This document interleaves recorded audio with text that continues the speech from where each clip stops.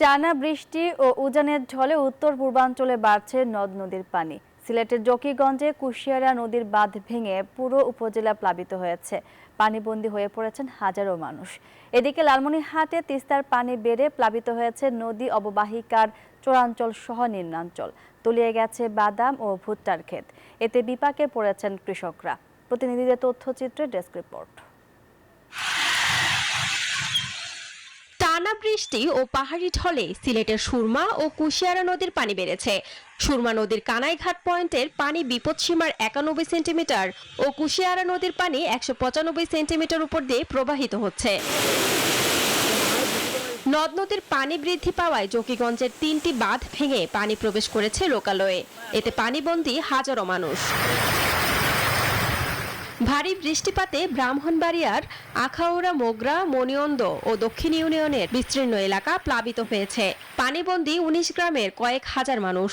আখাউড়া স্থলবন্দর এলাকায় পানি উঠলেও স্বাভাবিক রয়েছে বাণিজ্যিক কার্যক্রম। লালমনিরহাটে উজানের ঢলে তিস্তা নদীর পানি বেড়েছে। এতে আকস্মিক বন্যায় নিম্নাঞ্চল প্লাবিত হয়েছে। পানিতে তলিয়ে গেছে বাদাম ও ভুট্টার ক্ষেত। কষ্টে ফলানো সোনার ফসল হারিয়ে দিশেহারা তিস্তাপাড়ের কৃষকরা। আমার 3.5 বিঘার মতন জমি ক্ষতি হয়েছে। বাদাম মনকার তুলে গেছে, এখন কেদার থেকে তুলি নিয়ে কেটে করে ধুইয়া আনা লাগে। বাদাম খাত তলে গেছে, ভুট্টা তলে গেছে, ভাঙ্গন দেখা দিয়েছে। এদিকে বান্দরবানে সাঙ্গু ও মাতামুহুরী নদীর পানি বৃদ্ধি পেয়ে সদর, লামা, আলীকদম ও নাইখংছড়ি উপজেলার নিম্নাঞ্চল প্লাবিত হয়েছে।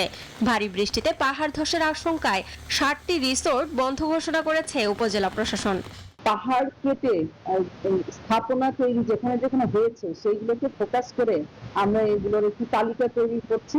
সম্প্রতি আমরা একটি আমাদের দুর্যোগ ব্যবস্থাপনার যে জেলা কমিটি আছে সেই কমিটির মিটিং এ আমরা এই বিষয়গুলি উত্থাপন করব। একই চিত্র রাঙামাটিতেও। টানা বৃষ্টি অব্যাহত থাকায় কাজকর্ম করতে না পেরে বিপাকে পড়েছেন নিম্ন আয়ের মানুষ। এদিকে শেরপুরে কমতে শুরু করেছে নদ নদীর পানি, তবে কিছুটা বেড়েছে সদর উপজেলার পুরাতন ব্রহ্মপুত্র নদের পানি। শান্তা ইসলাম, ডেস্ক রিপোর্ট, নিউজ 24।